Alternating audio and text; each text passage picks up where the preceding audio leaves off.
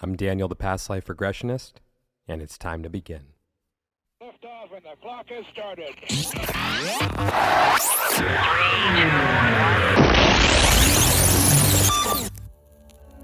This is Timeless Spirituality.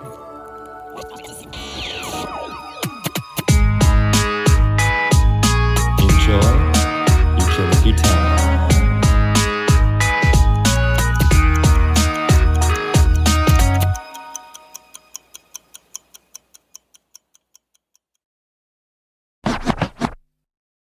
Hey everyone, welcome back to Time of Spirituality. It is time for another brand new episode. And for this one, I have my buddy Jeff Macolino back on the podcast. A little background with me and Jeff, or Jeff and I. It's grammatically correct there. Jeff initially had me on his podcast 4 years ago, and then we just struck up a friendship from there. Ended up co-writing a script together, and I really admire the guy. I think he's a great guy. We are polar opposites in many ways, shape and form. Shape and form. One of those is grammatically correct. Guys, I'm in my 40s now. So, yeah, I don't know, was that a bad joke? Anyways, I think it's good to have friends with opposing views. And I brought Jeff on to actually talk about some metaphysical concepts. And the conversation just kind of took on a life of its own. And it ventures into territory that is not so woo-woo and spiritual with some quotes around it. But I think if you really listen to the conversation, you get a sense of a deeper level of self-awareness in what's out there in the world and how you can look at the world through a lens of self-awareness and any given interaction through that lens of self-awareness. Where is there an abundance of it? Where is there a lack of it? And what is self-awareness in our modern world? So I hope you guys enjoy this episode. And with all that said, if you would like to book a regression with me to discover who, when, and where you have been throughout time, you can reach me on Instagram at The Past Life Regressionist, or you can go ahead and book through my website, thepastliferegressionist.com. And now, it's time to begin. Jeff Macolino, welcome back to the podcast. How are you doing? I'm delightful today. Daniel, how are you? Chipper. I really was thinking I should just do, and I already blew it. I was going to just be like super monotone and quiet until you're like, what the hell is going on? That would have been funny. Next time. I couldn't pull it off. I couldn't even get one answer in. Just pull it with one of your guests. Oh yeah. Yeah. Someone like you who I've had on before. I just want to be just hi. Welcome. Tell me about your day. Anyways, okay, cool. So, spiritual podcast time. Jeff, it's your second time on the show. You just want to remind everyone who is Jeff? Yeah, I'm a curious, open-minded, but very stubborn, fun-seeking, fun-loving person. I like to talk about very serious topics and not take them seriously. Well, not take them too seriously, we'll say. I like to pull the jokes whenever I can. Yeah, I'm a divorced dad of two and podcast host, actor, filmmaker, award-winning writer, director, actor, all those things. So, Jeff, you're one of the most intelligent people that I know. And I wanted to have you on because you are unfiltered when it comes to these topics. I guess the best way that I can really explain that for the audience is I think back to my early days as a writer, especially with songwriting. When I first started songwriting, I would just churn out songs left and right because I didn't think about it until I got the process down, because then I was very just nitpicky with the process. I'm like, okay, well, no, this is the flow. I have to have the structure, blah, blah, blah. And I didn't just let it come. So I think being so immersed in these topics, I don't think I let it run as free as I used to when I first started, because I'm like, there's a process. You don't have that because you're an expert of none in this, which is why you are the perfect person, because you're just going to let it flow. Yeah, I don't have the burden of being an expert. So I can just say things that seem to make sense in my head. And the words, the the vocabulary is probably not going to be correct. But generally, from what I've found from all of the spiritual people I've spoken to, experts in these kind of fields, is that I can put it together when it's explained to me really well, and then I can often connect dots that are beyond my area of knowledge by just using what seems like common sense. So maybe that's intelligence, maybe that's not being afraid to look like an idiot, even though you secretly know that I am afraid of looking stupid. Well, secret's out. Yeah. Yeah. Well, only to your audience, not to mine. They they definitely don't think I'm afraid of looking stupid. Well, so the listeners of Timeless Spirituality are going to get to see a different side of Jeff Macolino today. With that, listening to your most recently released episode, at the very, very end, you brought up, I'm actually going to need your help with this one. You talked about a medium and past lives and the correlation there. So I want to give you the floor because the way your guest answered it, I understood what they were saying, but I think that there's a different way to put it. And I think that'll be a good springboard. So what's that question and understanding that you have? So if I recall correctly, and I do not have the best memory, I believe it was saying that I have a hard time connecting how both past lives and mediums can coexist. Mm-hmm. Because a medium is talking to someone who's dead, but if you reincarnate, then you're not dead. The way she explained it, if I recall correctly, did make sense, is that it was just connecting to, like, there's the higher being, the higher self, the soul. She wouldn't use that word, but but inside of that is all of your earthly lives, and the medium is just connecting to a particular one of those that still exists in, I think she called it the cloud. So you could be living multiple lives with that soul or whatever you want to call it, but the medium is just connecting with that one particular earthly existence that's now part of the cloud, the collector, again, whatever words you want to use. So to summarize, I think what you're saying there is about the two can coexist at the same time, but the question becomes how, right? Because, and this is something that I struggled with for a very long time, because I also wondered, okay, well, if a medium is able to connect with someone who has passed away, does that mean that that person hasn't reincarnated yet?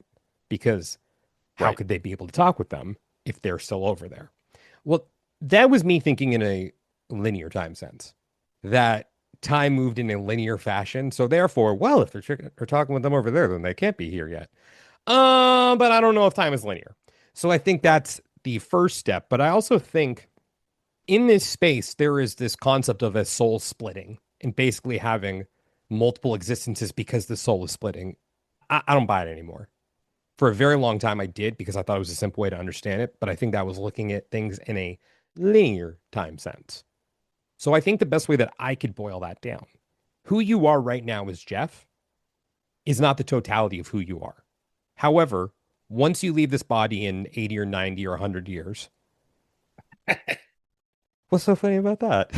There's going to be advancements in medicine. As I continue to guzzle my whiskey out of a pint glass. I'm sure that modern medicine will beat your liver to it. And you will live on in one way or another. Now, the soul, like that essence, we'll even call it like a light right now, that light that's inside of your body, if that's the simplest way that we can put it, that may be the thing that goes into another existence because it wants to have that existence. However, Jeff, the consciousness that you are now, I don't know if that will necessarily be your primary consciousness. I guess that's the better way to put it. That part of you that may go on in other lives, that may be your primary consciousness.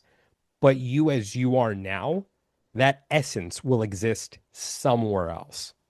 And that's what can be communicated with. I mean, that makes sense. It does make sense. It's just hard to...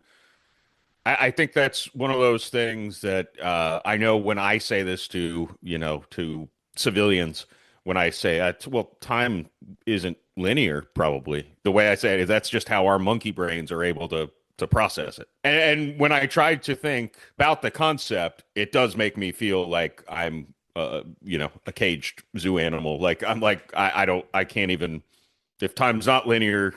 I mean, and I don't think time is linear, honestly. I just think that's the only way that what's inside of here can perceive it at this time. Like I'm sure time maybe is a weird word to use there. It's a good choice there. Yeah. Yeah, I'm sure there will be an age where, and this could be something as far as, and sorry, I'm going to take this maybe a weird place. Go for it. But I remember talking, one of my most irritating podcast guests was one who was just a skeptic about everything. And he went on Rogan, and Rogan took the episode down when he transferred to Spotify because he's like, he was just an idiot who wanted to, like, didn't believe in it. He was a skeptic about everything. It's like, it's just stupid. And he was telling me there's no way there's aliens because, and I'm going to connect the dots here, but he's like, the laws of physics apply. They're the laws of physics. They can't bend the laws of physics. I'm like, well, first of all, science evolves quite rapidly first. And then secondly, maybe they don't have to break our laws of physics to travel through space. I think it was more, we will never encounter aliens because the space travel is never going to be possible. There's also the possibility that a species evolves in a way that maybe they can figure out a way to get around time not being linear, or that their bodies can figure out a way to do things that ours can't, as far as I don't think a human can survive in like warp speed. And even if that existed, it would still take a long time to traverse the universe. But I'm like, sometimes it's not just intellect, or it could just be evolution of a species, or a species that we haven't encountered, so we can't, there's, I guess my thing is always, instead of being a skeptic, there's a million different possibilities as to how this could be true without violating your precious laws of modern day science. So that's more where my brain goes, is like, well, how could aliens come to Earth? I could tell you a million different ways. So I think that's where my head kind of goes with, there's probably a species out there in the universe that is able to traverse time without it being linear. I don't know what that means for their present meat suit, or if they, again, they might be non-physical beings only that can do that, which could be the soul family or whatever. I don't know. I like to hypothesize more than just dismiss. It can make me sound stupid sometimes. I feel stupid right now. No, it sounded very reasonable what you just said. So I'm going to give you a follow-up question right now, and I just want you to let that pretty little mind run with it. If you were to meet an extraterrestrial who wasn't a physical body, what do you think their relationship with a higher power would be? That was not a physical body. No, that wasn't a physical body. Like if you met him face to face, you're sitting there with a pint of whiskey, you're like, yo, and he's like, blah, blah, blah, blah. What do you think that being's relationship would be with a higher power? That's a good question. I don't know. If it would be impressive if we would be able to communicate, obviously. But aside from that, although I think there's probably some telepathy involved when we do encounter aliens. It's not going to be like we just understand in our heads what. That's just. You want to know what Jeff is doing right now? He's stalling. Yeah. I don't know. I would. Jeff, you're a creative person. This is a totally hypothetical question. I just asked you, if you met an alien face to face, what do you think their relationship with a higher power would be? Use that creative brain of yours. You're writing a new story. What do you think that alien relationship with a higher power is? I'm assuming they are technologically advanced and they came here. So I would think that they would have a better understanding of the higher being than I would. How would technology help them achieve that? I guess it depends whether they're intellectually superior or whether it's just they've been around longer and they've found more things. Because I do think those are two different things. I think sometimes species just existing, you stumble onto things along the way. And one genius can make a technological advance, but the species in general, as we see all too well nowadays, is very low. So you're basically saying at that point, as long as they know how to press a button. Right. You can. So there is, I think, there's probably, in my head, there's probably an alien species who, if we were measuring their IQ, would be immeasurably higher than humans. Like they would think we are the dumbest species ever. But maybe they've only been around a very short amount of time and haven't technologically figured out flight or these other things. Like I think that's part of old people are not smarter than young people. They're often more knowledgeable and sometimes wise, not even always wise. I say all the time is that adults are just kids who are good at not dying. I don't think age brings maturity necessarily. I'm walking proof of that. I don't think age necessarily brings wisdom. I think most people just learn, like, like they say with kids, they touch the stove, they burn their hand. They know not to do that anymore. So the longer you're alive, the more you've experienced. So I do think there's a possibility that an alien could be here and actually not be intellectually superior to humans, but just that their species has existed that much longer, uninterrupted by, there's a lot of ancient alien theories on Earth that are crazy, like who built the pyramids. And there's theories that the alien encounters we have are former Earth inhabitants who are coming to check on us, but the Earth got hit with the comet and everything reset. But they left because they were technologically advanced enough to not be planetary beings. That doesn't mean that they're not the same intellect. They may have had millions of years to get all that stuff down. So I think they would, at least hypothetically, have a better understanding of a relationship. Or I do think sometimes smarter, and this is a human thing, so I don't know that I want to transfer that onto aliens.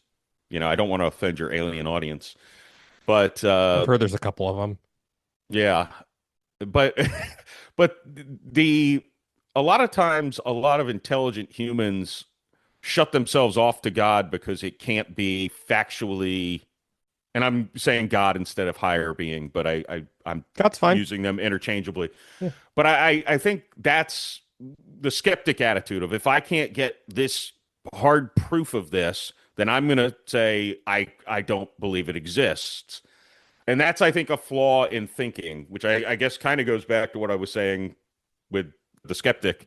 And I'm not saying that everything exists, but I always say, I know I'm going all over the map here, but like conspiracy theories are a lot of fun for me as a brain exercise.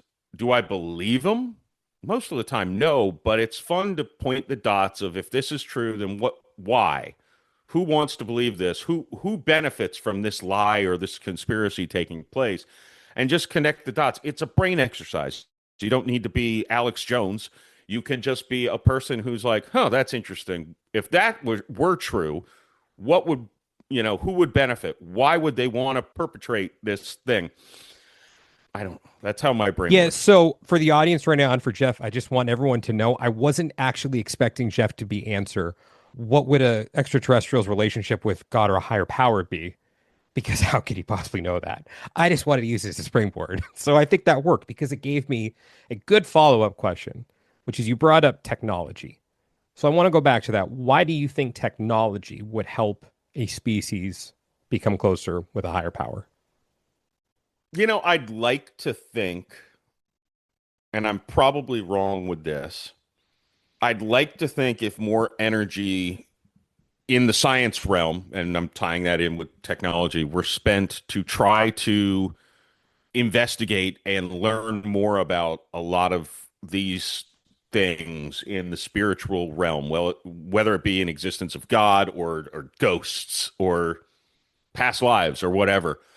I think big science, I'm using quotation marks, I think big science likes to get concrete victories, and they know that some things are more attainable than others. So I think they've chosen what they define as science, and that is what is taught in schools. And the episode with Jim Scher, it wasn't the first time that I came to the discovery, like astrology. If you ask me if I believe in it, I would say I don't know, but it makes a lot of sense when you really get it explained to you and you're not getting these crackpot horoscopes in the newspaper that, everyone born in this month is exactly the same and this is what's going to happen to you. it clearly, when you dig just a little deeper, not deep at all, but just a little bit, that's a hatchet job on astrology. Like, somebody is trying to turn people away from astrology, or a group of people. I don't know if it's that or just an oversimplification of something that's very complex, and then someone trying to capitalize on that oversimplification. Maybe there's some just capitalizing on dumbing it down for the dumber people. Actually, but it would be a brilliant way to discredit it. So I'm not gonna I think totally there's discount your I theory kind there. of think there's both, and I think part of it is like, look, I've been born and raised Catholic. I go to church not every Sunday, but close to it now. Because football's done. Well, I started recently going back to church, just the end of last year. I hadn't gone to church in like a decade, and I think I said this when I was talking with you and Jim. Like, if you believe in God, higher power, wouldn't you think all of the planets and all of this stuff? I would think that's more, to me, evidence of somebody who's putting all of this into being. That's how my brain works. Is Well, I'm you like, think so? this is not just all just, hey, look, I look what happened with all. Like, there has to be intelligent design in the universe, I feel, because otherwise it seems too random not to be. But the church, which is the same people who I'm sure I've told you before, perpetuates the concept of hell, which I fully do not believe in, because I choose to believe, and this is a choice. It's not knowing, and it's not true believing, frankly. I choose to believe in the God that I was taught loves all of us like we're his children. And that just makes me feel better going through the day. And I have children. I don't care what they do. There's no way I would send them to eternal damnation for not whatever. I think that's just a way of some man in the church, and that's something that I think gets lost in all fields of everything, in politics and religion, in mediums, in astrology. Some man or woman, but it was definitely a man in the ancient Catholic Church, I'm sure, Probably. but decided a way to keep these people in line, scare them with hell. That'll do it. You're going to be tortured for eternity. Then they'll come to confession. Yeah, well, as I said when I was with you and Jim, I consider myself basically very close to being an anarchist, because I think any structure that gets built that controls other people will always do whatever they can to keep control and power over other people. And this is somebody who already said, I go to church. I was at my church festival all this past weekend. I'm not anti-church, but I'm anti-people who can get in positions of power and figure out, and they're not all bad. I'm sure not every politician is evil. And certainly not every priest is bad. Most of them are not. But there are going to be some, and a priest is probably a bad example, the higher ups in the church, who are going to try to just think of, how can we control more people? Can we? Fear, unfortunately, is the biggest motivator in the world to humans. We see that in politics all the time. It's not, yay, everybody can be happy. It's, you're going to go to hell, or we're going to go to war, or your children are going to be, we're never going to have elections again. It's always just a constant drum of fear, and it seems more so now, but maybe it's just that I'm older and more, I'm definitely not more fearful, more cynical, maybe. Maybe I see through it now when I didn't when I was younger.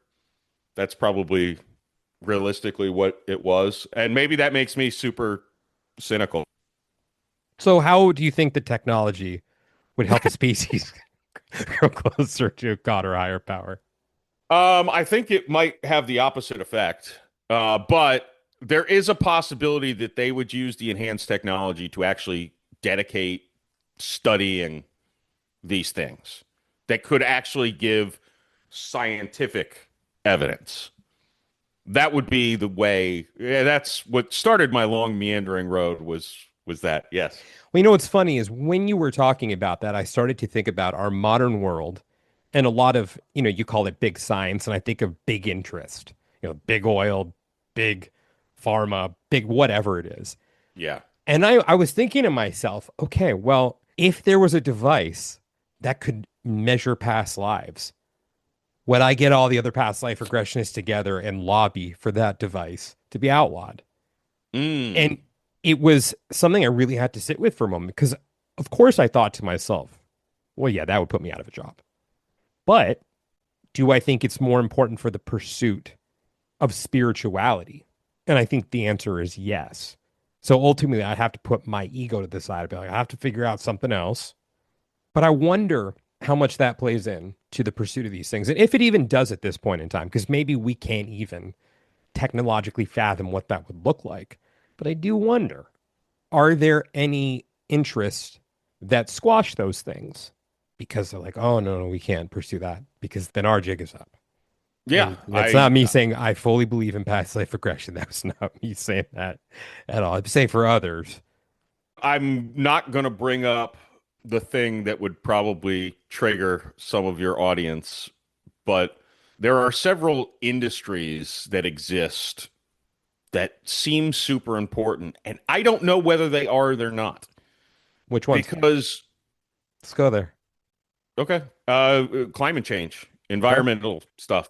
There will it's $1 trillion industry at this point. There will never if pure science, and I'm not saying this is the case. I'm saying in a future or a present where they said, hey, and NASA actually came out with something not too long ago, like the temperature changes is because the Earth orbit around the sun is not equal. Sometimes we're further and sometimes we're closer, and that's the variance in the temperature historically. I'm not saying there's like a 12 or 13-year cycle. Maybe not be exactly, but I think that's what you're referring to, right? With like a solar maximum and whatnot.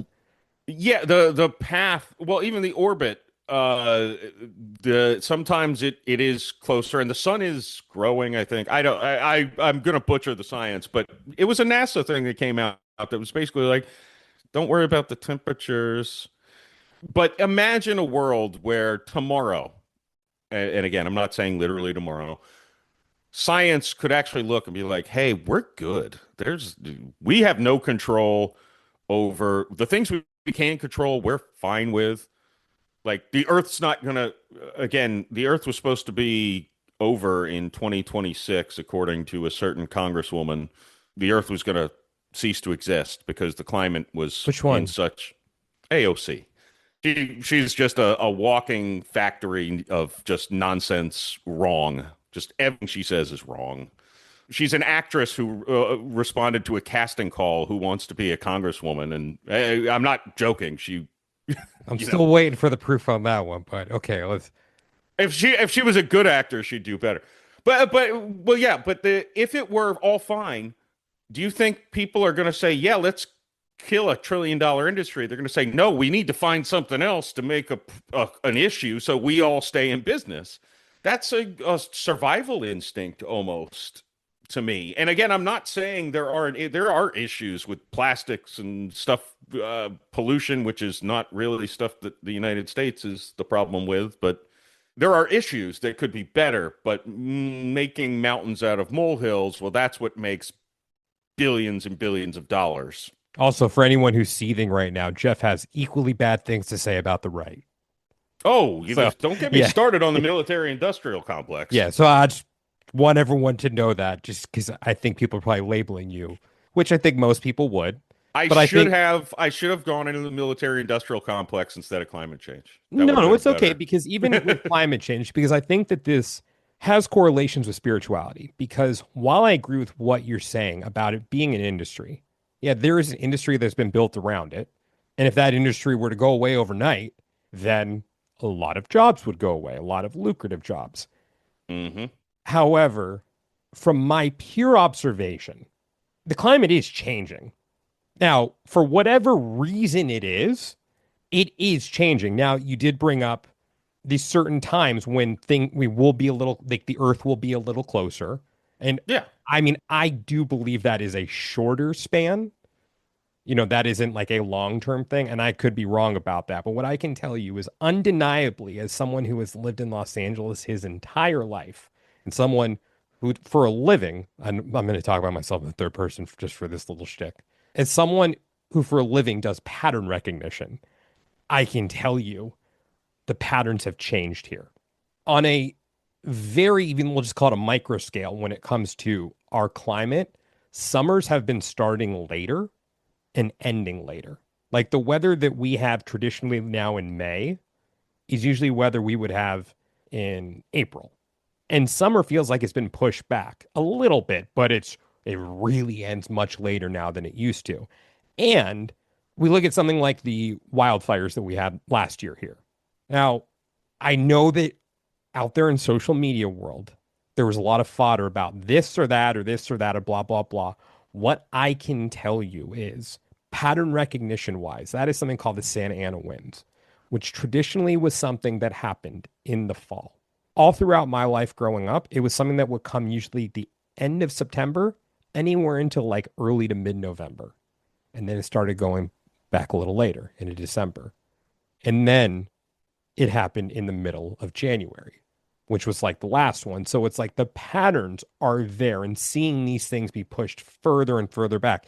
Even in this year in 2026, as we're recording this right now in April of 2026, we haven't had a very cold winter here.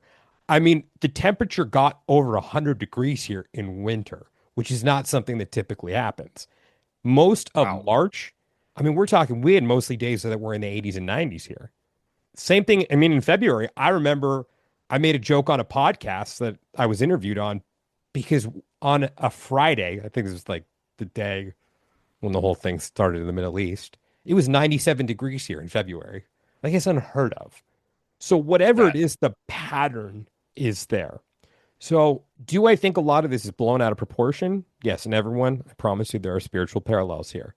Do I think Al Gore got it wrong when he talked about the doomsday scenario happening a couple of years after an inconvenient truth? Yes. Because the second you make a bold prediction like that and it doesn't come to pass, you've just shot yourself in the foot. hmm How can you possibly, how I'll relate this even to everyone out there in the spiritual world right now? I'm sure you have all seen this when someone says, oh, this energy is at play, so this thing is going to happen. You know, this is the day when we transition to the new earth. Okay, well, no. That day is coming past now, but this is going to be the day. And then everyone gets their little clicks on that video because it becomes a fear mongering thing. Because you have some stupid person who's trying to capitalize on something that may be real in that circumstance. And I think when it comes to climate change, also, they really shot themselves in the foot when they called it global warming because you have a lot of cooling patterns as well. It's like, oh, this isn't global warming. It's getting super cold. We have these big polar vortexes. It's like, okay, maybe you guys should have started with climate change, which kind of Yeah. encapsulates all of it. Now, I think there are a lot of hypocrites in this space also who will be these advocates of climate change and then go fly on the private jets and not practicing what they're preaching. Yeah. So I think all of that really loops back around to patterns in the world. I mean, you and I had a good laugh. We don't have to go there about what we talked about earlier in the political sphere about a post that was done today, which is one of the funniest things I've ever seen come from. Oh, Come President from, Camacho. yeah, that one. I mean, you have hypocrisy all over the place. It's in politics, it's in big business, it's in government, it's in science, it's in religion. You have a bunch of hypocrites, just a bunch of very flawed people who I think ruin it for the rest of us. Because how can we possibly get on board with? Because look, I can't blame you for thinking it's a bunch of bullshit when it comes to climate change. Because when the whistle's blowing too many times, it's like that expression, the boy who cried wolf. Yeah. And when your messengers, like, oh, I think all people are flawed, but I think when your messengers are very, very flawed people, I think it ruins the issue. And then they become the face of something, most times because of ego. I'm going to make that assumption right now. And then they've screwed the rest of us over. Yeah, and I think, by the way, and again, I'm not even, I'm saying they've done such a terrible job, and they've also been like our parents were told that the earth was coming to an end, but and this seems like a spiritual thing, but I also like to think of earth as its own living being, Hmm. and like we can do damage for sure, but we're the earth, is a pretty powerful thing that maybe does change. I there's no doubt because I've lived the same place my whole life too. There's no doubt things are different now than they were when we were kids, and it does. It's similar to. I mean, I'm in Florida, so it's summer year round, but it's actually been cooler in March and April than it ever used to be. Good job, So no, people I apply to global warming. Call it global warming. well, and it's but part of it is I think the thing I've always said is it's not like there is always going to be climate change. Everyone who tries to scientifically talk about whether it's how much man has to do with it, and I'm using humans have to do with it, that's what gets overly politicized in both ways. And that's what makes me a skeptic. And not that I do, again, it's obvious that there are changes, but there always have been changes. There always will be changes. So again, that's where it's like, well, maybe this is just running its natural course. There are issues that I don't know that it's destroying the earth, but some of the plastics type stuff that's being put in our water and stuff like that, that affects humans at the very least. Whether the earth can handle it or not, I don't know. I mean, I think of the earth like my liver. It puts up with a lot of abuse, but it's strong enough to handle it. Unless it gets catastrophic. It can't take a sword going into it, but it can take a few blackouts a week. Did I just compare my liver to the planet we live on? It's better than something else that's been compared to today. El Presidente. God. Yeah, if anyone listening thinks I'm remotely right wing, go to my Twitter. The last what 2 years and 3 months. By the way, I think now this may be an episode for the Jeff Macolino podcast instead of Time of Spirituality if you want to take this one. Hey, you gave me too much leash. You're I like, did- go there. Is it okay if we kind of go here for a minute? Because Yeah. I have a couple questions. I hear everything you're saying about the earth being resilient and natural cycles. Are you opposed to the idea of us getting off of fossil fuels? Am I opposed to the Yeah. idea? No. No. If there's more cheaper, better, whatever. I no, fossil fuels to me are almost seemingly getting archaic. Like I do think we're supposed to evolve, and part of the reason we don't is because big oil, Mhm. they don't want us to evolve. I, I think the thing I've always thought, regardless of climate change being real or not, is not as much of the issue as corruption involved with government funding certain research. I do think the free market would be able to much more efficiently figure it out if this form of energy was cheaper for the consumer. And people do have consciences. They're not going to be like, "Hey, this is destroying the earth, but my AC, my electricity, and I can drive my car cheaper." Most people are going to be like, "No, no, let's do both. Let's not destroy the planet and let's be as cheap as possible." Letting government decide these things is where our problem lies. The same way we were talking about most of the homeless money in California goes to paying six-figure salaries to people.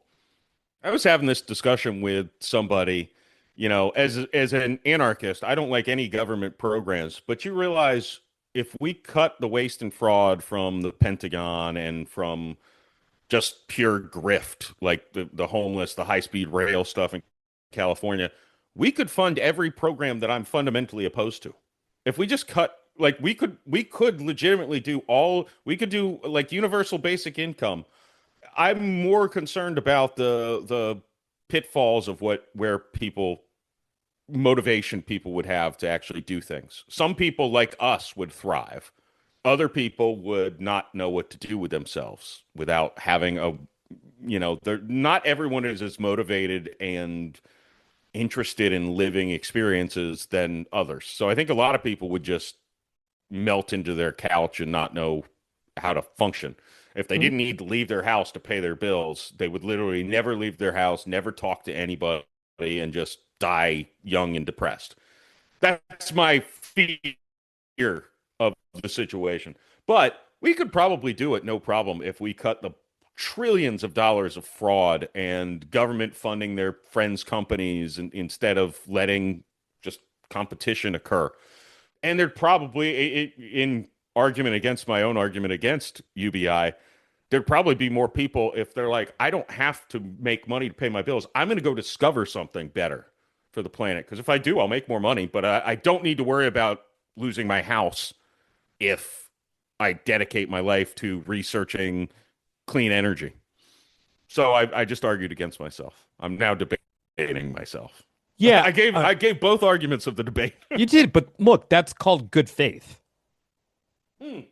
That's a good faith argument right there, acknowledging the other side of the point that you're trying to make. I think it's a horrible technique. I mean, I'm guilty of doing it too, but it's an honest technique because at least you're not cherry picking. You're being like, I see the other side of this, and I have to acknowledge it because I have integrity. Yeah. Well, and look, that's in fairness to the stuff I was saying earlier. Like, there could be a dirty element who is trying to make climate change look like it's there definitely is a dirty element of people who couldn't care less about climate change because it would hurt their pocketbook. That's a real millennial term, pocketbook. I hear it so often by kids our age. And maybe I'm falling to their propaganda without knowing it. I mean, and that's the long con. Maybe. A group wanting you to believe that it's fake or making it seem real because they want you to believe that it's fake, but really they want you to believe that that part is fake. So they make you believe that it's real because they really want you to think that it's fake when it really is real. Yes. Yeah. I actually followed that. Like acid rain, all that kind of like the stuff that is always like whatever. If anyone thinks I'm kidding right now, I think it's completely within the realm of possibility. Well, there's such a long con going on. Have you seen the movie Wag the Dog with De Niro? No, but I remember that wasn't the premise of that starting a war to distract. Starting a fake war to distract from the president, I think molesting a Girl Scout or something. And his election was, so they just needed to keep the press off of it for a few days. So I don't think that the war in Iran right now is fake. I'm just going to say it. I don't think it's fake. I don't think the war in Iran is fake. Sorry, that was a bad joke. Oh, yeah. I certainly think there's a reason that it's happening now. It happened when it did. I don't think that was a coincidence. But that movie, I think, to me, I feel like in general, society is there are two teams, unfortunately, in two different ways, but they're like playing tennis for fun and they're torturing the rest of the population. The two teams are actually the political elites and everyone else. They pretend they're on two different sides and it's a game to them. Just hit the ball back and forth and, let's see who can win this point while we're all just having emotional breakdowns over, people's speeches and what they're arguing, where they're just doing it for sport.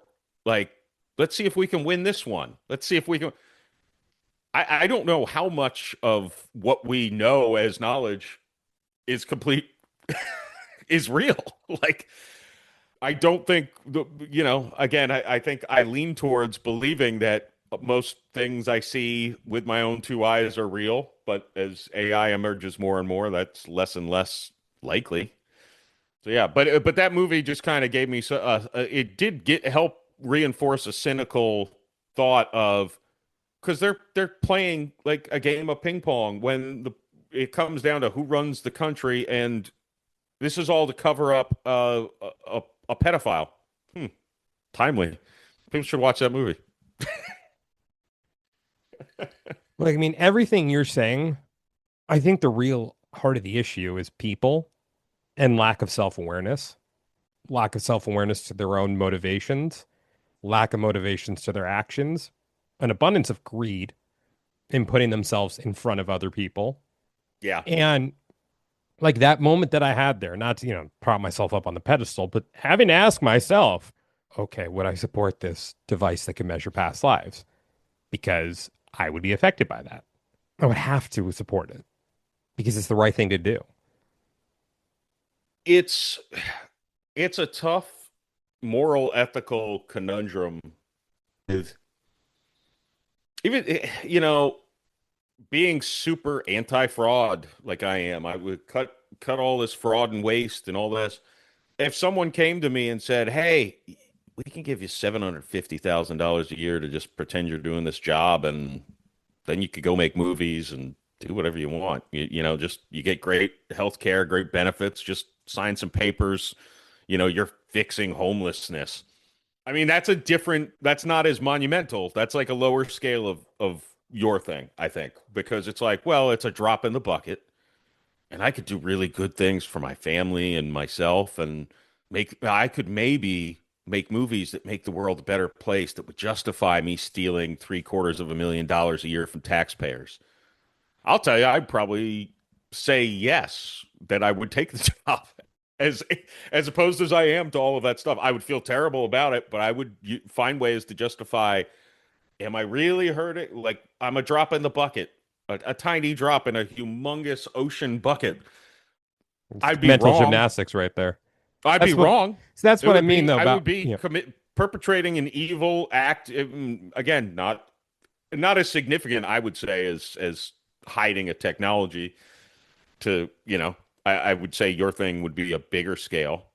But this is how you're justifying this thing that you hypothetically are going to do or haven't done. If someone else, you're like, I would say it's still better than the thing that you're doing, that you're suppressing. There's a movie scene out there, I believe. Your thing is much worse. Well, no, someone said, would you, it's a comedy movie where someone said something about, would you have sex with a man for $5,000? No. Would you have sex for $5 billion? Yeah. So we're all prostitutes. We all just have a different price. So we can all justify doing things we find unseemly or not pleasant. We all have a price. There's not anybody on the planet who is moral and ethical enough not to, and maybe that's what politics are. As I know I have to get my hands dirty to this, but I think it's going to be net positive if I take some of this terrible stuff and get some, so, but I think even, the best moral, ethical people on the planet, there's going to be a price and that could be, I've said before with some of the stuff going on, it's like, I feel like they're maybe threatening the children of some people to be like, you get in line or we're going to kill your family. Could be. Okay. And, that's what I'm well, it's not look, here's one monetarily. thing. Not to justify it, but I think acting under duress is a bit different than we're going to pay you to do this. It is. I mean, so yeah, that becomes a big moral and ethical dilemma at that point. Like, if the threat of someone I love being hurt is propped in front of me, and if I don't do this thing, they're going to be killed, do I do it? I don't know. I don't know what I do in that situation. I hope I never have to find myself in that situation. No, and it's a terrible thought, and it's obviously a hypothetical, but it's a real scenario that I'm sure plays itself out. Yeah, I mean, it has throughout time. If someone said, "Hey, I'm gonna kill one of your kids," or "I'm gonna kill 5 other kids somewhere, random," could even be yours, just a random. I mean, I don't know a parent who wouldn't say, kill the 5 other kids. Sorry, it's horrible, but I mean, I'd probably kill myself if I had to make a decision like that, to be quite honest. I want to go back to something you said there because I think it becomes the heart of it. When you talked about the mental gymnastics to justify it. Mm-hmm. And I think self-awareness is the issue. I think our world would be in a much better place right now if people had a deeper sense of self-awareness. And that requires looking at yourself in a very impartial way. And it really starts on the micro-personal level. Like, I look at the Middle East right now. Do I think I could solve that? No, I don't. But I think the easiest way out of it is a campaign of self-awareness. Because, look, as a Jew, I can say, do I believe in Israel's right to exist? Yeah, I do. Do I think that something horrible happened on October 7th? Yeah, it was an atrocity. Do I think that Israel is probably committing a genocide right now or on the way to committing one? Yeah, I do. I can say it. I can look at this situation objectively and say, I think they're taking things a bit too far. I think this is a bit too much right now. But I can look at the people in power right now and just on the surface say, I think they're a bunch of psychopaths and madmen. But I also don't know what's in their hearts. This is not me making an excuse for their actions at all.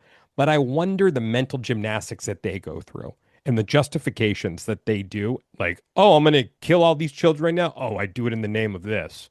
And I mean, this is something I think I brought up on my podcast. When someone says that they're doing something in the name of something, like let's just say for Israel, for example, we're doing this to defend the Jewish people. We're killing other, this is not verbatim. Maybe it is. You know, we're killing all these children and people, these innocents, because we're protecting the Jews. This is what we're doing. Yet, the day that the strike happened for the Iranian, I know they're not calling it a war because there's laws against that because, you know, Congress has to declare it a war. So it's an excursion, as El Presidente calls it. You know, it's a trip, not an incursion. That strike happened, I think, 11:30 p.m. Friday night when I found out about it here in Los Angeles, and it had just happened a few minutes before that, which would have been about 2 a.m. or 2 a.m.-ish, 2:30 a.m. on the East Coast. And if you go a couple times or zones over to Israel, it would have been the morning there. But what stands out about that day?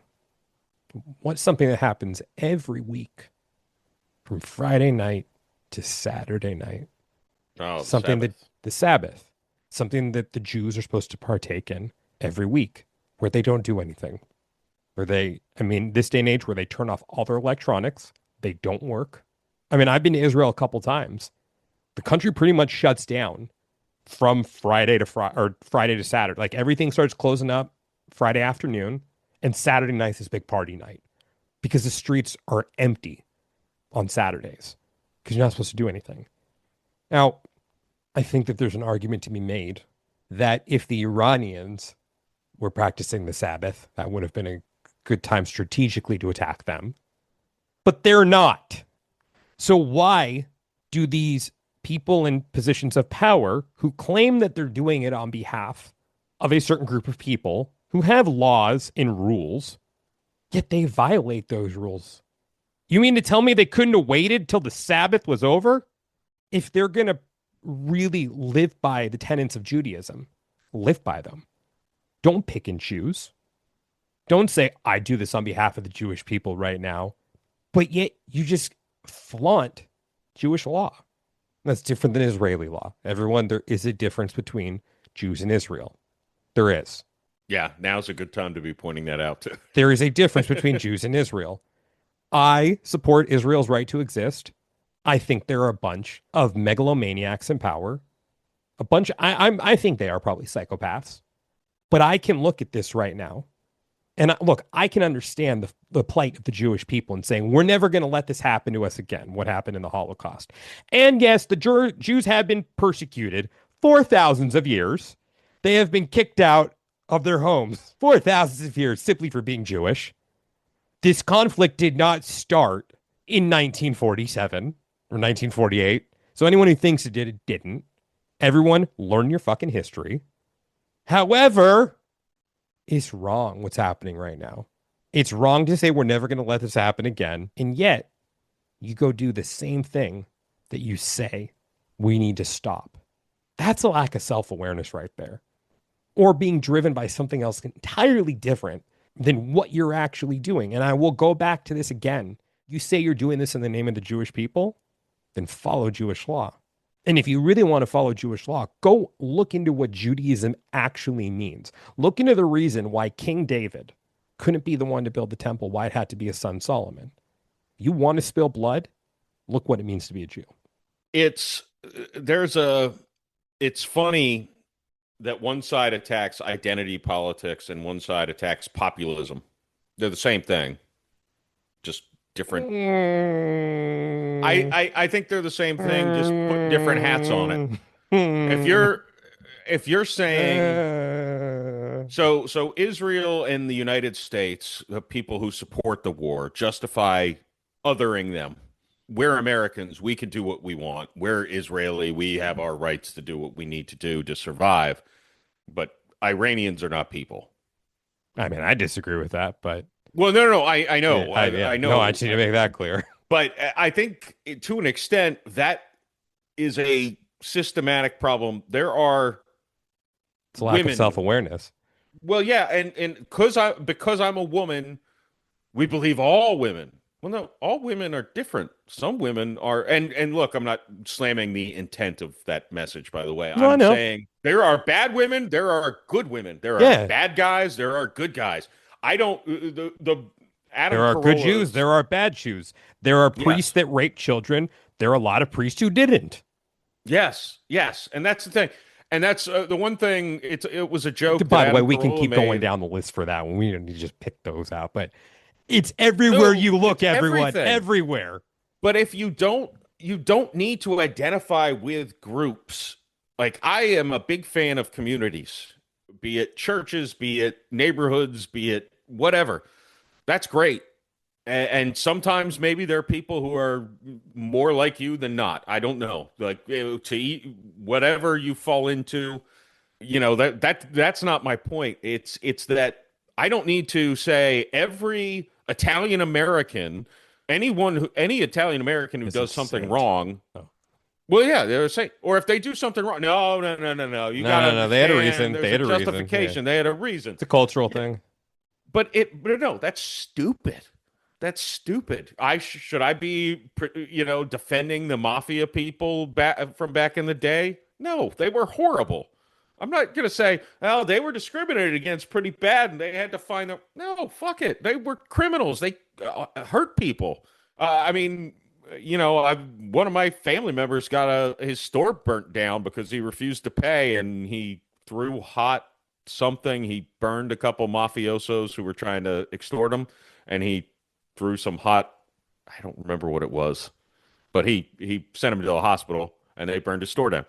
But you don't need to, I don't like, and again, the right does it more in like nationalism. Like we're Americans, I'm talking more Americans. But then the other side does it more of like, we women all need to stand together. It's like, you don't realize like some women are great. A lot of women are awesome. Some women suck. Same with men. Same with but on the flip side, I can understand the solidarity. I can understand the plight of women for tales as old of time. But yeah, I see what you're saying. In certain areas, right? Yes. But where it's calling a spade a spade. Yeah, you don't need to see. Someone doing something wrong needs to be held accountable for it. It doesn't matter what race they are. It doesn't matter what gender they are. It doesn't matter what country they represent. Yeah. And that's where again, it's.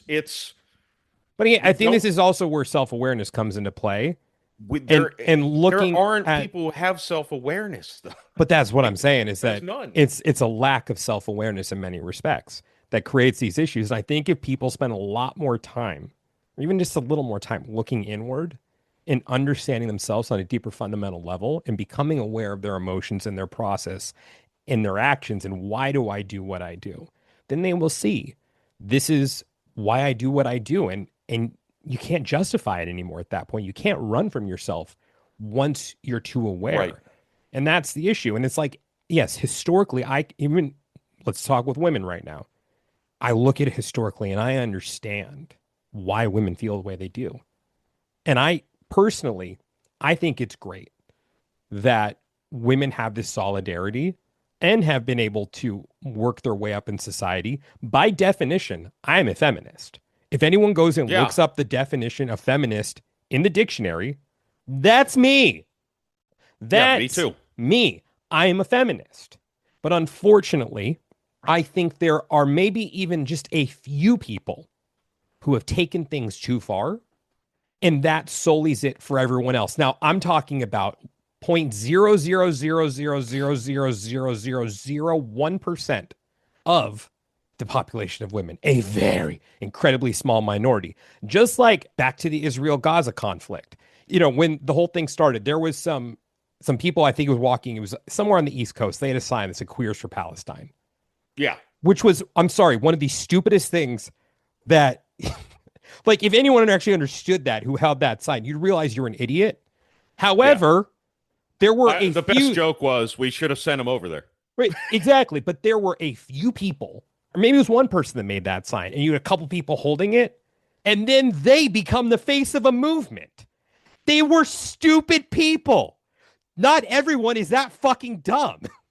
But yet, a lot of people were like attacked it, like, oh, see, this is everyone who's out there in solidarity against Israel, against the Jews, and in solidarity with the Palestinians. They're so stupid. They think that everyone is okay. Yeah. It's like, no, there were a few bad, stupid people in that group who made a poster and they became the face of a movement to a lot of people. Now, I can look at that and say, not everyone in that movement is that stupid. I'm sure there are a lot of people in the movement who understand you don't want to be gay and go to Gaza. I'm sure a lot of people understand that. Oh, but, yeah. But those idiots didn't. And I only saw a couple people standing behind their sign or that sign. And unfortunately for the movement, those people became the face of it. Just like what is going on right now in Israel and what they're doing, I'm sorry, they're becoming the face of a religion. There are a few really stupid people who are doing horrible things. They are not a representation of all Jews. Those people who held the sign Queers for Palestine are not a representation of everyone who supports the Freedom for Gaza movement. They were a few stupid people, but unfortunately, we're so trigger happy to get emotionally riled up. It's like, oh, those idiots, where we don't take the time to step back and say, hold on, they're just a few stupid people. And like with the feminist movement, there are a couple bad seeds in it, but I'm sure the overwhelming majority of the feminist movement are good-hearted men and women primarily, but the bad seeds, I would say they need to look in the mirror and really look inward and see, where did I have my power taken away from me? And why do I feel like I need to crush now because of this? I think it's the self-awareness component that's missing from it. Look, I have to right now say, I have a lot of work to do on myself. I'm sure that I don't want to sound all high and mighty right now to the audience. I'm sure there are a lot of things that I will still do in one way or another that I'm not aware of, that I will justify in one way or another. I don't think there's many things, because one thing I like to also do is, that metric you talked about, being able to sleep at night. Like, I think I can say I can't do that. Like, if there's something, like, I stole a dime when I was like 5. I still think of it. I still feel guilty for it. And so, like, that's one of the things I use as a metric. I'm sorry to say that I'm selfish in that respect, but a lot of my actions are based off of, will I feel guilty about this? And I think I have a pretty good moral compass. So I ask myself ahead of time. But long story short, I think a lot of our issues as a society and as a world are a lack of self-awareness. Yeah, but I don't think the evil components, and I'm using the word evil maybe loosely, but the evil component, I think they're sociopaths. I don't think they're capable of self-awareness. But I do want to say I did a poor job. Well, then we need to sorry, just really quick, can I jump in there? Yeah. Then we as a society need to do better and being able to identify that and not being duped by those sociopaths, because I still think a lot of that is a lack of self-awareness. And because we're not able to look inward, we're not able to identify that outward, and also getting so swept up in the emotion of, is this guy actually saying the truth right now? Because, you talked about populism there. I'd say that populism was, what was it? You called it, was it identity politics? You said that's the same thing as populism. I think those are two different things. Well, I think they both. So this is where I was going to say I did a poor job I didn't mean to. I attacked the teammate way of thinking more than I attacked the othering, which is the bigger problem. By the way, I agree with you. I think it is, the teammate thing is an issue, though. It's because it is. But this person did this thing, so it's okay because they're on my team, but it's not okay when the person who's not on my team does it. Yes. Well, so there's that. But I do think women supporting women is great. But I think turning that to mean men must be evil because they're not on our team, that's a problem. How can I don't think men or women are more good or bad than the other one. I think we're equal. I think that's part of being a feminist. I think we're equal. We both, as a gender, we have different things that we're maybe better at in general.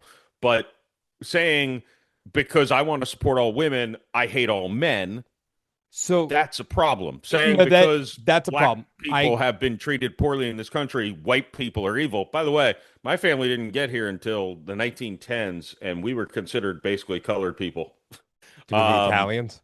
The That's Italian. true. Yeah.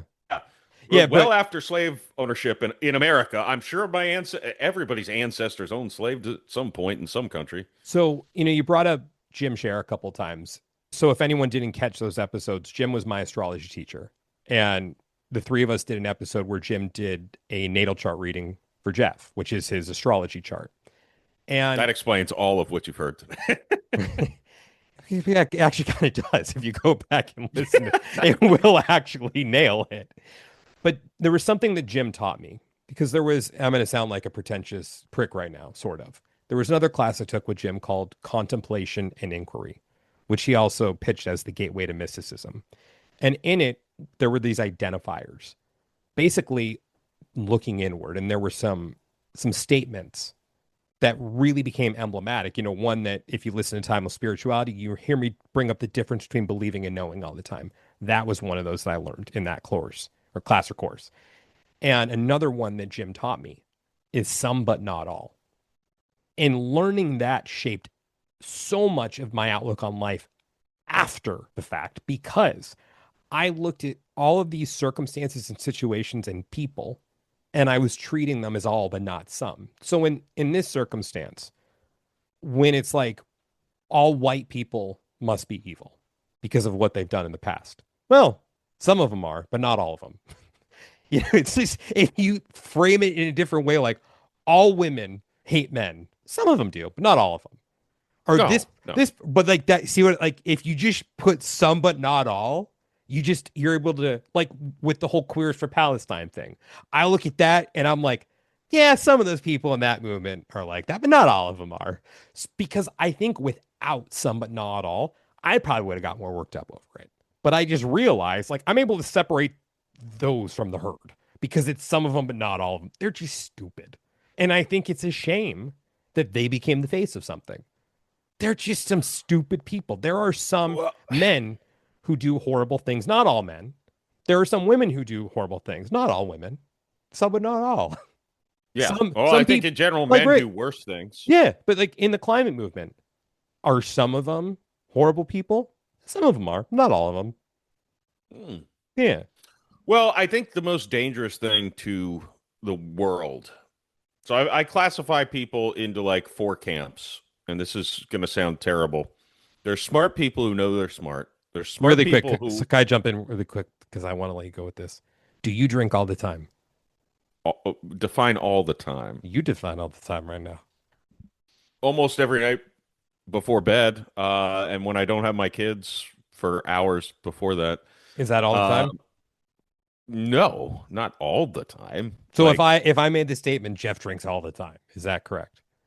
No, I didn't drink since last night until literally a few minutes before we hopped on this. So I just want to show everyone that this can apply to many things. Jeff drinks sometimes, not all the time. Is sometimes a lot of time sometimes? Yeah, it's not all the time though. You can start applying that to many things in your life when you say, this person does this all the time. Do they do it all the time? Or they just do it a lot? Or they do it sometimes? Yeah. This always happens. Does it always happen? Or does it happen sometimes? Yeah. Or happen. This always happens to me. A big way a couple times. I always do this. Do you do it all the time or just sometimes? No. That's honestly, everyone listening, apply that to your life and see how much better you feel. Okay, Jeff, you're talking about the nothing except for breathing. Breathing is basically the only thing you do all the time, hopefully. Or, well, then you're not living. Consistently, not all the time, because sometimes you're in between breaths, right? Sure. And sometimes you're snoring, trying to kill yourself or whatever that is. There's smart people who know they're smart. There's smart people who I think are always questioning how smart they are. I think you and I are probably both in that camp where it's like, I'm I think curious I'm what the other smart. two camps are, But but I feel like I'm in that camp you just said right now. yeah, well, it's pretty straightforward. They're dumb people who know they're dumb, and they're the happiest people in the world, and they're the best. They're the best, I think. Is the fourth one dumb people who think they're smart? Yes, and they're the queers for Palestine, and they're the most dangerous one is dumb people who think they're smart I would agree because with that. they think they're so smart they have to go to the streets and have signs. You're a fucking moron.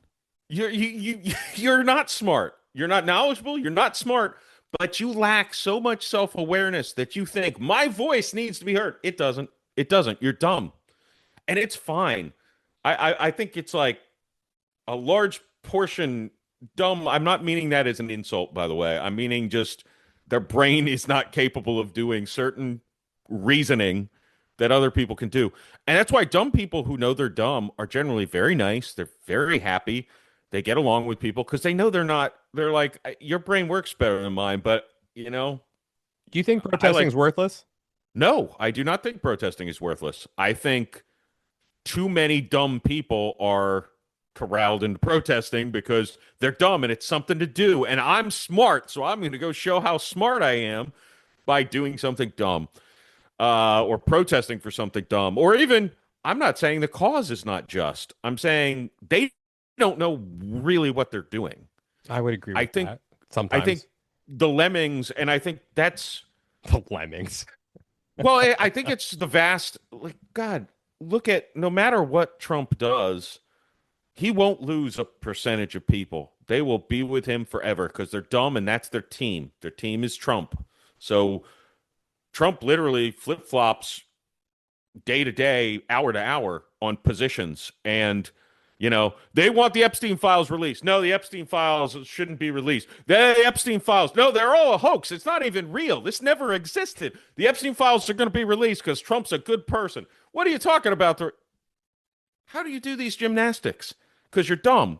It's not just self-awareness. It's the ability to be self-aware. I think that's kind of what I mean by dumb versus smart. I think the smart people who know they're smart a lot of times go the evil route. Like they're like, I can manipulate people and I'm going to do it because I'm smarter than them and I deserve more. I don't agree with them. I think that's terrible.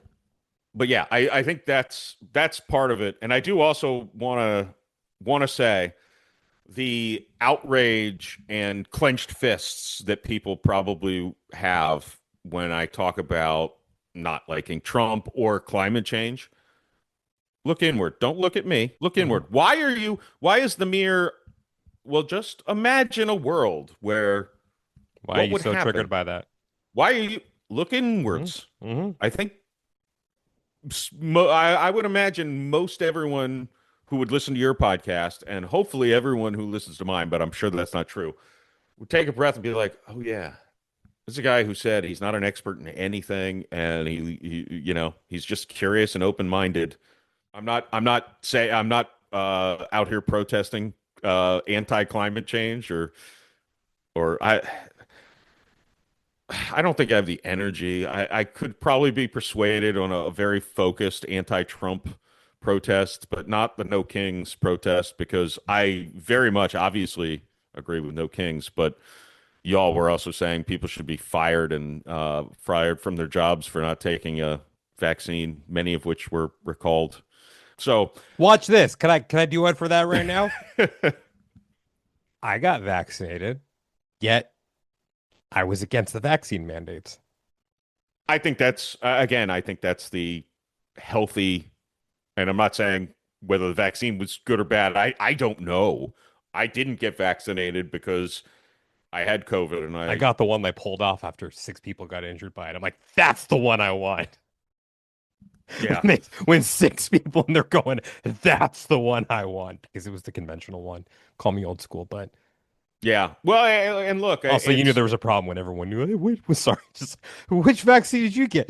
Did you get the Moderna? Did you get the Pfizer? Like, How many other times in history, like when you said I got vaccinated, my question would never be, oh, which pharmaceutical companies did you get? I'd be like, oh, you got the flu shot?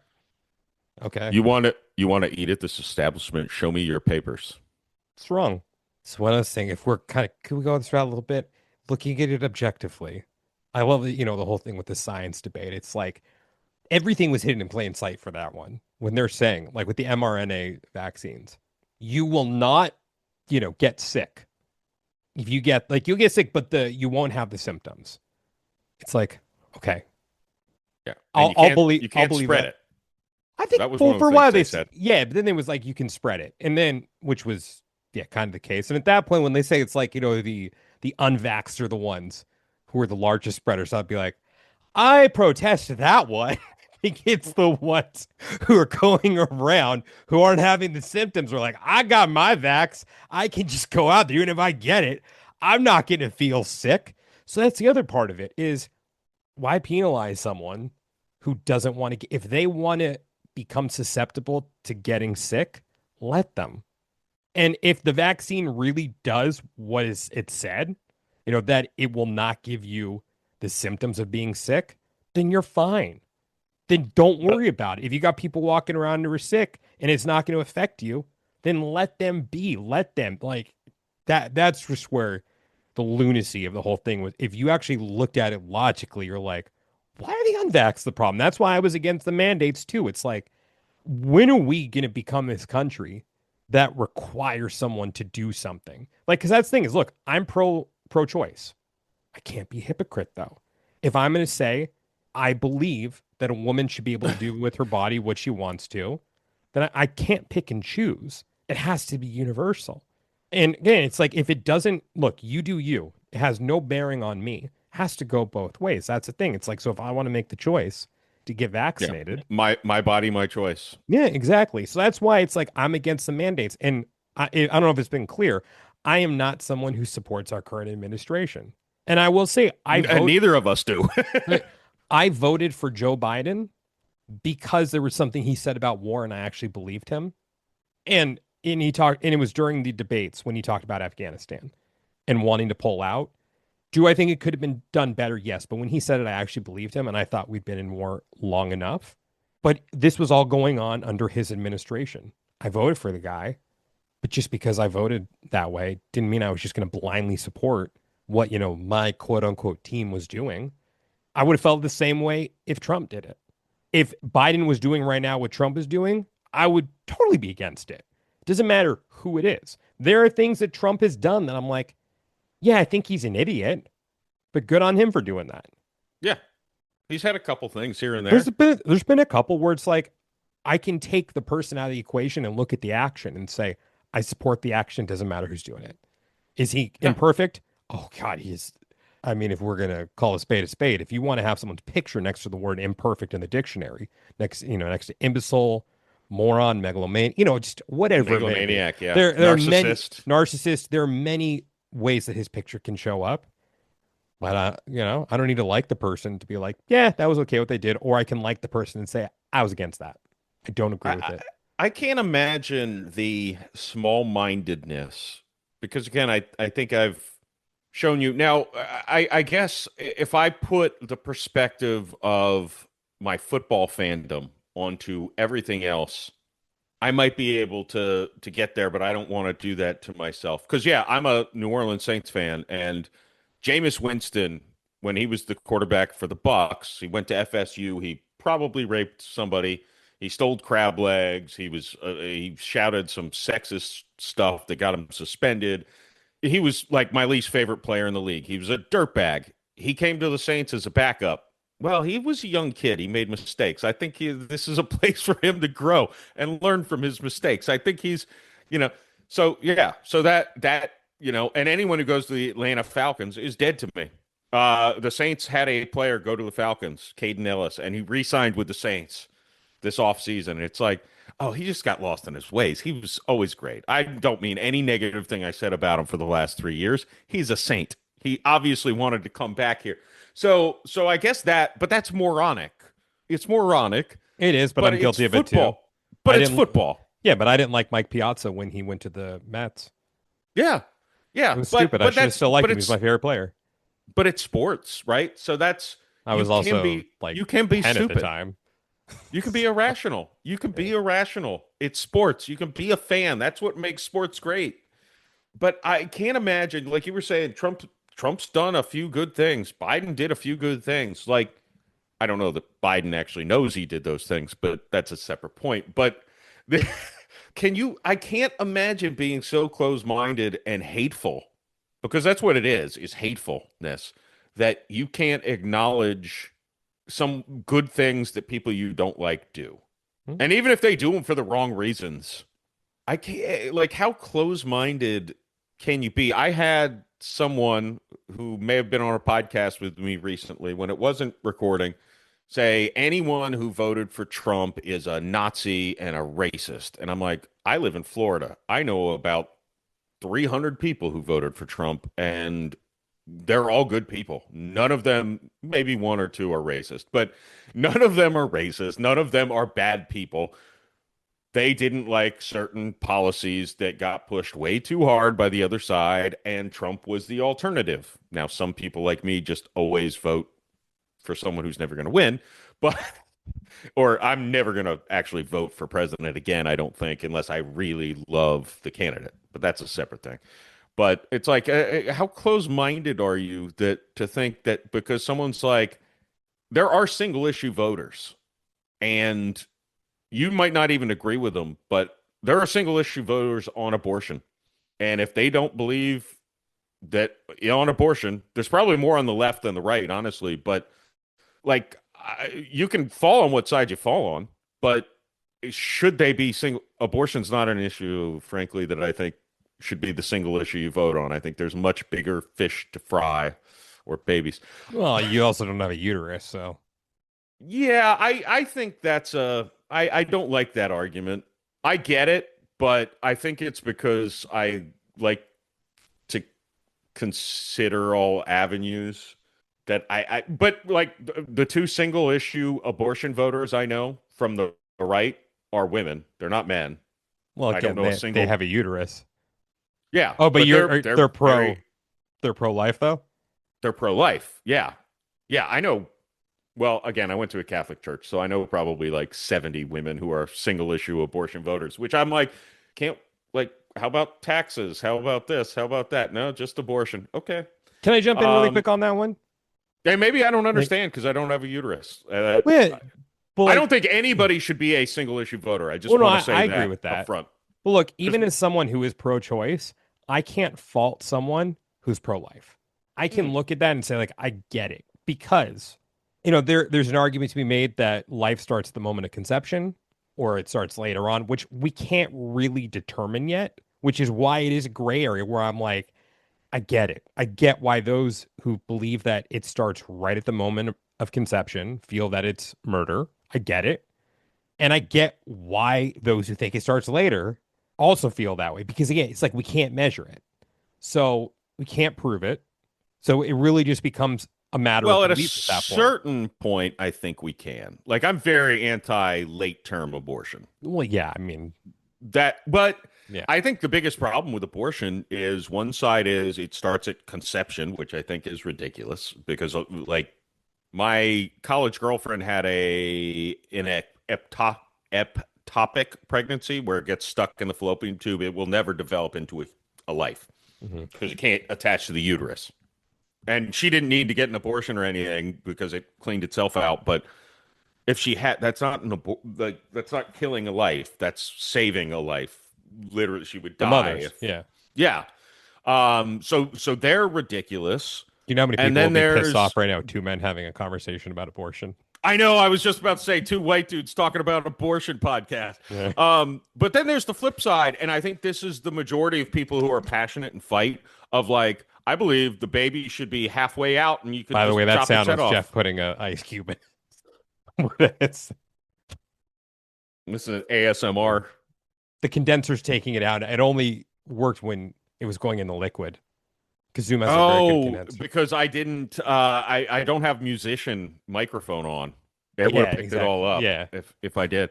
But I hit the glass. Yeah.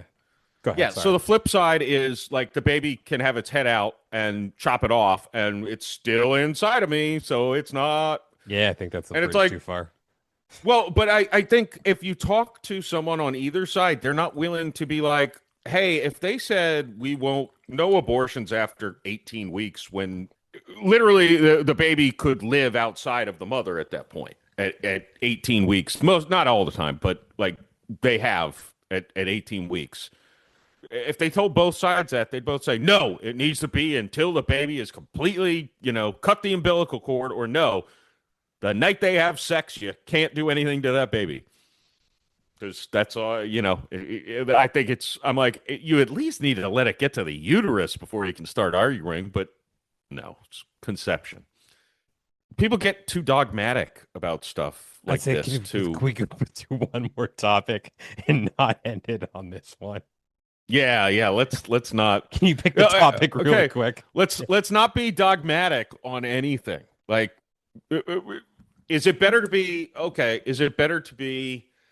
I think this kind of relates to an earlier discussion. Is it better to be pragmatic and willing to compromise a little bit, or is it better to be dogmatic? Or does it completely depend on the issue? But isn't that the eye of the beholder? Does that make sense? Yeah, I think it's the eye of the beholder, but I'm just opposed to dogma in general.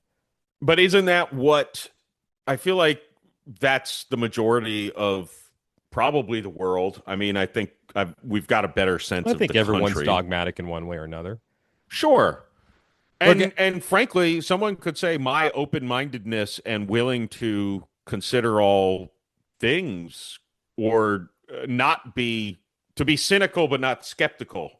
That could be a bad dogma that has led me down a path of, I don't know. If you follow me on social media, whoever's in charge, that's the party that's getting my wrath. So from 2021 to 2025, it was more the left. Since January 20th of 2025? Yeah. It's been the right. And I've had Twitter since 2010. It's consistent. It goes, Obama, Trump, Biden, Trump. I attack whoever's in power constantly. Is there a question there? Or does that just stay? Well, I don't. That could be a dogmatic thing of. But again, to me, I think, well, that's principled. Holding people in power to account is. But someone else could say, yeah, but you wouldn't accept when they do good things. You'd say, well, this idiot got this right, but they're going to fuck up the next thing. I don't know. Sure. I mean, we've just had, in our lifetimes, we've had some bad presidents, like really bad presidents. Yeah. and the one who maybe could have been the best one is almost definitely a pedophile. So I can't. You know what's funny? I agree with Jeff right now. And I will say this about Trump. I believe he had the potential to be our greatest president of all time. I didn't vote for him. I never did. I saw through his bullshit, even in 2016. However, even at the time, I believed that he had that potential. And to this day, I will say this. I still think he has the potential to be our greatest president of all time. If he could turn the ship around, I think if there's anyone who could be the greatest, it's him. I think he's that guy. Look, I'm going to say this issue right now. Our healthcare system is completely messed up. Do I think that Medicare for all is necessarily the answer? I think healthcare for all would help on some level. I'm sure there are a lot of problems with it. If there's anyone who could get it done, I think it's Donald Trump. If there's anyone who could just, I'm going to buck the system, I think it's Trump. I think there's anyone who could say, I'm truly going to drain the swamp, it would have been Trump. I never thought he would. I still don't think he ever would. But if there's anyone who had that, because I think if the liberals actually encouraged him, that he would have been like, I'm going to be president for all. Everyone loves me. I'm just going to sure, I would be corrupt at the same time. But because they love me and they love me, I just want the love. So I'm going to do I still think he could be that person to flip on a dime tomorrow. And I never would have voted for it because I don't think it'll happen. But if there's anyone who had that potential, I think it's him. Yeah, he did, and I think the swamp, we'll call it, figured out his personality. I actually thought he showed potential at the end of his first term. Well, I don't think he ever had any Pre, intention of draining the swamp. I think he just, it well, was the populist thing that caught on. pre-COVID, before he let Fauci shut down the country, which that was Trump who did it. Trump was the one who Operation Warp Speed it was Trump. Mm-hmm. Trump was campaigning on the vaccine until he got booed by his own audience, which was actually that to me. I'm like, wait a second, maybe they are self-aware. They're booing the guy they're there for a rally for bragging about something they don't like. Maybe, I remember. Do you remember when Big Pharma was the the left? Yeah, yeah, our whole lives until 2021, and then the left was like, you do what they say. Mm-hmm. Pfizer is great. But no, no, I didn't get it because of I was just because they told me. That's a whole different story. Well, sorry, what were you saying? I don't know why I had to jump in with but that. I do think he had the potential. I guess he still does, but I doubt it. Yeah, like, I mean, that hope just is from gone. his. Yeah, like he gave me a glimmer of hope because like he fired Bolton and started listening to Rand Paul because Bolton wanted him to start war back in his first term, I think, with Iran. And then Rand Paul, who was not an ally of Trump, became an ally of Trump, and he became anti-war, like Rand Paul. And now Rand Paul's his enemy again, and he's best friends with Lindsey Graham, who wants every war and every dick that exists on the planet. Again, Lindsey Graham, please look inside. Why is it that you're so bloodthirsty? No, he's just evil. Like, he's evil. Well, why? Why is it? Yeah, well, why? Why, homie? Because he's why a closeted bigot from the South. He's got some weird, like, self-hatred stuff going on. To prove my point here, if that's what it really is, if he'd actually just look inside, maybe he wouldn't be like, all right, let's go kill all everyone overseas. It'd be like, nah, it's a little closer to home. This lust I have for blood. Yeah, well, again, that's the right's version of othering, of they're not Americans, so their lives aren't worth anything. And like the American first thing, I'm like, there are some people who I think get what the point of that was. I think different people have different definitions of America first. Some were, let's take care of our problems, not try to fix the world's problems. That's what it was to many people. You find more and more people who are like, no, that means we're better than everyone else and fuck all the other people in the world. Yeah, I don't think that's what it should have been. No, it's not what it should have been, and it's not what it was described as, but I think that was the same way the Tea Party movement back in, I don't know, 15 years ago.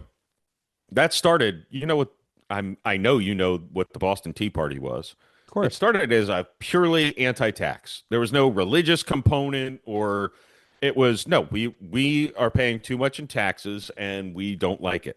Well, no taxation without representation. Yeah. Yeah.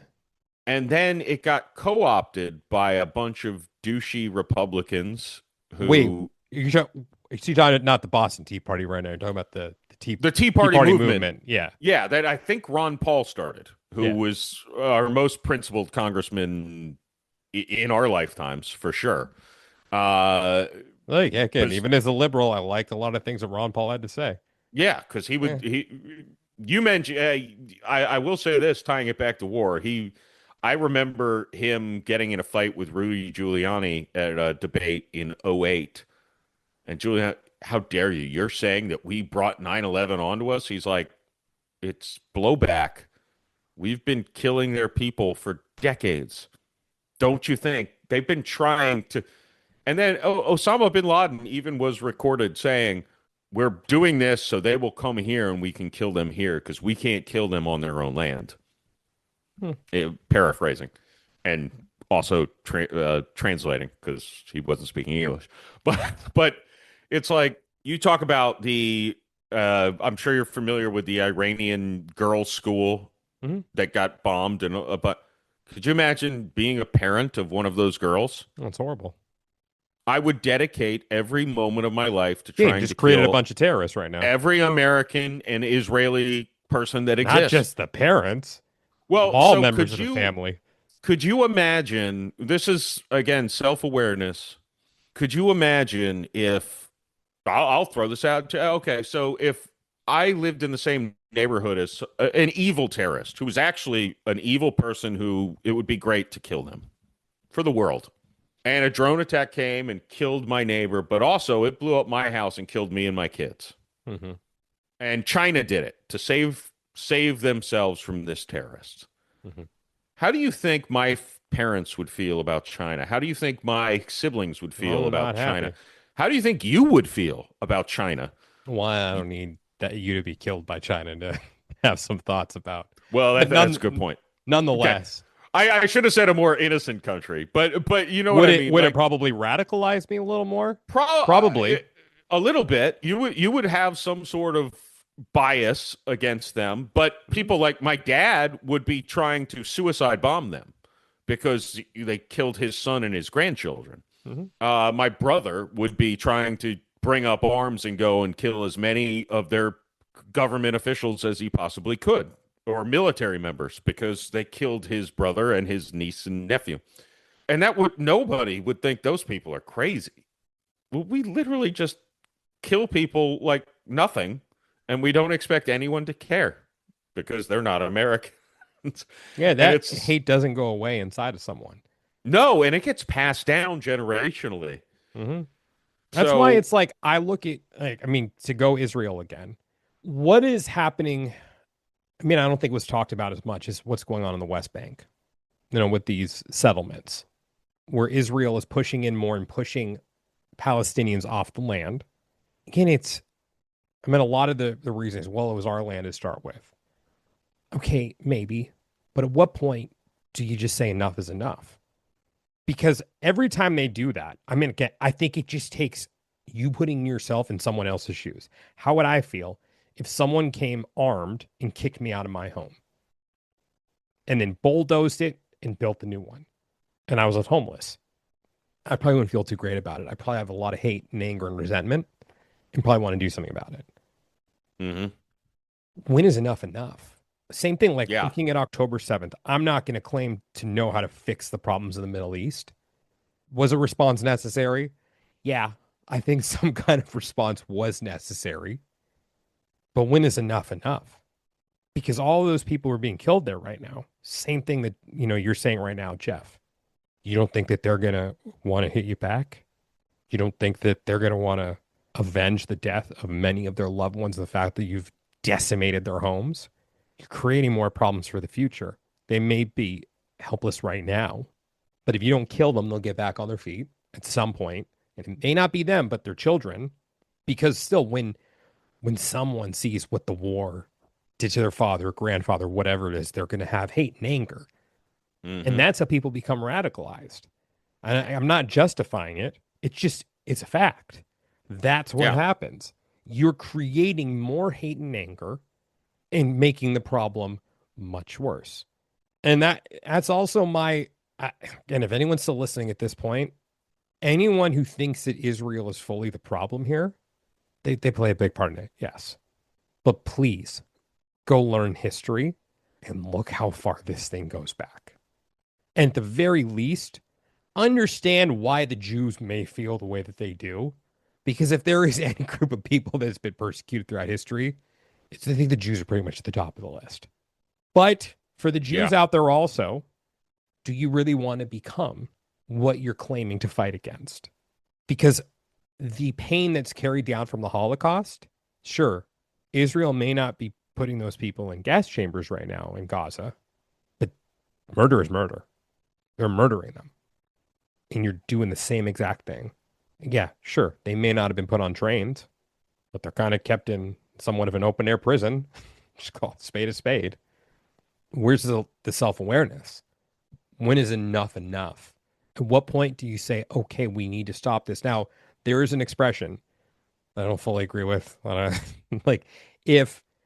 So again, I'm not saying I fully support this expression, but I think the expression a lot of Jews say is, if Hamas or the Palestinians put their weapons down today, there would be peace. And if the Jews if Israel put down their weapons, there would be no more Israel. I think there's some truth to that. Mm-hmm. But I think idealism isn't the answer either. As idealist as I can be to just say, yeah, let's just stop. enough is enough. I'm not an idiot. Like, I just don't think we're at a level of consciousness yet where anyone could have that self-awareness as a whole. Sure, maybe there are certain individuals who do, but where they can understand like enough is enough and we have to put this behind us because all it takes is one bad seed to commit an And often, atrocity. often they're running the government. Exactly. So that's all it takes is that one person. That's why I'm so against all of the people of Gaza being labeled as terrorists. I don't think that they're all that way. I just don't. I mean, are there a lot of terrorists there? Yeah, yeah, maybe. I mean, a lot of men radicalized because of what's been done to them. Yeah, probably. Yeah. But I don't think that every single one of those people wants to see violence perpetrated against Israel and the Jews. I mean, maybe a lot of them, if they did, maybe I can understand why. Again, not justifying it, but got to put yourself in someone else's shoes. And when is enough enough? And I just hope that we can get up to a point where the scales tip to a level of consciousness where we have the collective self-awareness to say, we need to stop this. We need to stop being duped by Big Daddy into thinking that he's going to solve all our problems and that whatever Big Daddy says goes, or El Presidente, or that just because this guy is on our team, he's good. And, just poke the other side for that one. Anyone with two eyes should have been able to see that the last president was not doing well. Anyone with two eyes could have been objective and said, uh, it shouldn't have taken the debate to see that. At that point, it became so undeniable, but we have to look at things objectively. But that also goes both ways. I know I'm kind of like stammering on this one broken record, but people are complex. They're not absolute. I can disagree with 99% of things that Trump is doing. I know I said this before, but if there's that 1% that I agree Give with, him his flowers. exactly. Give him credit where credit is due. Yeah. Yeah. I mean, the thing with the, what was it? Banning home buying by like hedge funds or whatever it was. When he said we're going to do this, I don't think he's done it yet. But when he said it, I'm like, do it. Do it. Credit where credit is due. Homie, do it. If you do it, I will cheer you on. Do it. Like he said, give him his flowers. Yeah. Well, that was, yeah. That's thinking it's sad that we're comparing, and the parallels are there, the Israel Hamas stuff, where you go to Israel, I guarantee you can't find a person who hasn't had someone they know killed, Mm-hmm. and vice versa. Mm-hmm. So of course the hatred is a little more real. Oh, it's Here much more real over there. Yeah. it's real, but we act like it's real here between right and left when it's like Manufactured. what? Like there's people need to be called to the carpet. Like one of the most outrageous things was I heard this a gazillion times from the left. If Trump wins, we will have no more elections. We will not have midterms. We will not have another presidential election. He will become the king. Pretty sure we're going to have elections in November. Not even heard Trump had some rumblings about canceling elections. Look, the whole good people on both sides thing, which I know was completely a lie. He wasn't talking about good people on both sides of the racists and the Antifa. Why? Like, why are we hell, I was going to say the plea I make to the left is you have so much you can hang him on. I don't mean literally, by the way. Mm-hmm. Metaphorically. Don't Don't make shit up. lie. Yeah.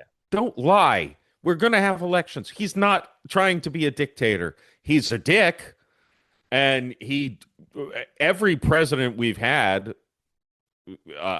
has been a bit of a dictator. I'm not going to say that it's going to happen, but I wouldn't put it past him.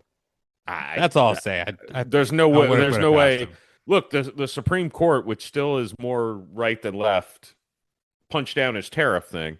The best thing Trump's done is Gorsuch. Well, that just shows you how much pull big business has over our government. No. Supreme Court shot down the tariffs. I know that. I'm saying that just shows you how much pull big business No, has over our government. I think it showed that two justices who generally vote on the right have principles and said, no, we're following the Constitution. Like Who supports the Federalist Society? the no strike struck down I Trump's know. tariffs. I know what you're saying. Yeah, And I'm that saying was the correct no, ruling. It should have been yeah, 9-0, yeah. but it was 6-3. But I mean, this is another problem with our government is the financial interests that put a lot of these people in the positions that they're in right now. This is a very pro-business Supreme Court. And it just shows you but I think that big business is still the law of the land, more so than yeah. Well, that's why do you think I don't know. Again, big pharma. They're more powerful here than anywhere else. Mm-hmm. Here in New Zealand, the only two countries that allow pharmaceutical advertising. Yes, and networks that have pharmaceutical advertising don't allow their people to report the news. I'll tell you, back in the 1990s, I don't know what Claritin was, but all I knew at the time was that I needed to go and ask my doctor about Claritin and what it could do for me. I'm proud to be. I still don't know what Claritin is. It's an anti-allergy. It's I think it's like seasonal allergies. Well, whatever it was, I needed to ask my doctor about it to get me on Claritin. Yeah. My son and I were watching a TV show, and one of the ads that constantly came up was you might get a swollen taint. From Claritin? No, not from Claritin. From whatever drug it was. I don't remember what it was. It's funny that they're always at like a picnic or throwing a frisbee. Yeah. If you have swelling between the anus and the genitals, see your doctor. This may be a side effect of whatever drug. I'm like, oh, swollen taint. On that note, should we end it here? Yeah, end it on swollen taint. So yeah, I don't know if this can be on Time of Spirituality. So this is the Jeff Macolino Podcast. Everyone, check me out. You might need to just heavily edit, like, you know, the things that will inflame your audience, like me. If I could pull that off, it just made it actually sound like a solo episode. I don't know if I could do that. That would take a lot of work. I wonder if. Again, I wonder if I would drive people away or make people think a little bit, or if they would just turn off immediately. Depends how much credit you want to give your audience. I like to give my audience a lot of credit. I mean, if they stuck around this long with me, and I've said a lot of stupid things. Yeah, but I attacked their orthodoxy, so to speak. So I mean, I'll say this. I assume you have mostly a liberal audience, and that's not that's the thing is I've been very surprised about how many conservatives there are in the spiritual community. Oh, well, I probably pissed them off more. So you just piss everyone off. That's fine. I will say that when I came around to all of this, I thought for sure every single spiritual person was going to be liberal. I was very surprised how many were conservative. Interesting. I think that's okay, though. I don't see anything wrong with it. No, that's great. Yeah. That makes diverse opinions make things better. Yeah. And liberals and conservatives got sucked into QAnon. One of the most brilliant things ever, by the way. Hidden in plain sight. Brilliant. Yeah. Uh-huh. Yeah. It's 3% truth, 97% bullshit makes you discredit the truth. I mean, yes. Trump signaling to everyone when he's holding an Aquafina water bottle. I'm sorry anyone fell for that. Oh, I didn't even know that one. Just those types of things like, oh, he held Aquafina. That means, he's signaling to his people to go do something in Fiji, or not Aquafina, Fiji water bottle. He was like holding. Oh. That was to take down like a child pedophile ring or something in Fiji. That was his signal out. See, like, of to course. me, that was always just absurd because I always just thought, he'd make a call or direct someone to do that, not go and hold up a Fiji water bottle. I think the president has a secure line. I'm just guessing. Yeah. It's brilliant, though. Hiding it in plain sight. Yeah.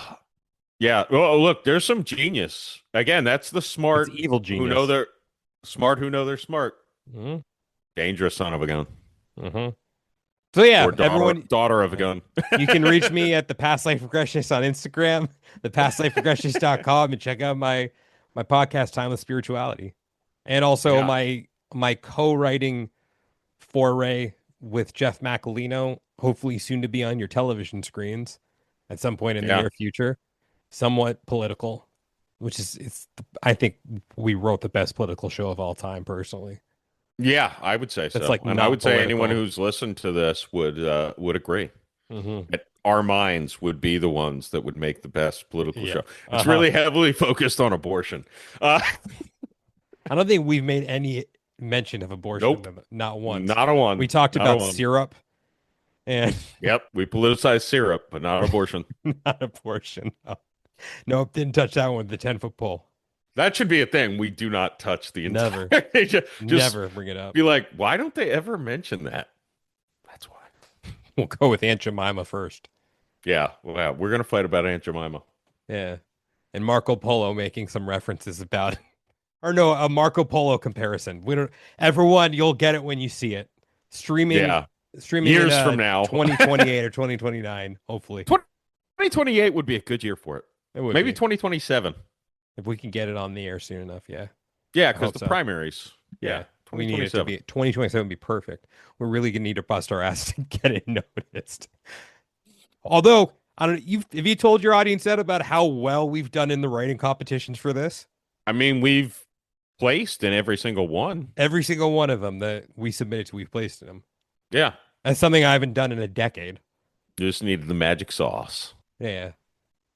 I got Jeff it from a Macolino. hooker down at the aromatherapy place.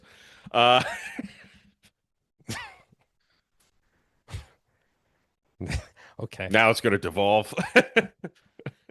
Thanks for having me on Time with Spirituality, Jeff Macolino Podcast. Yeah, once you were like, you can stop behaving, things unraveled. Okay, thanks. Yeah, you have to hit stop.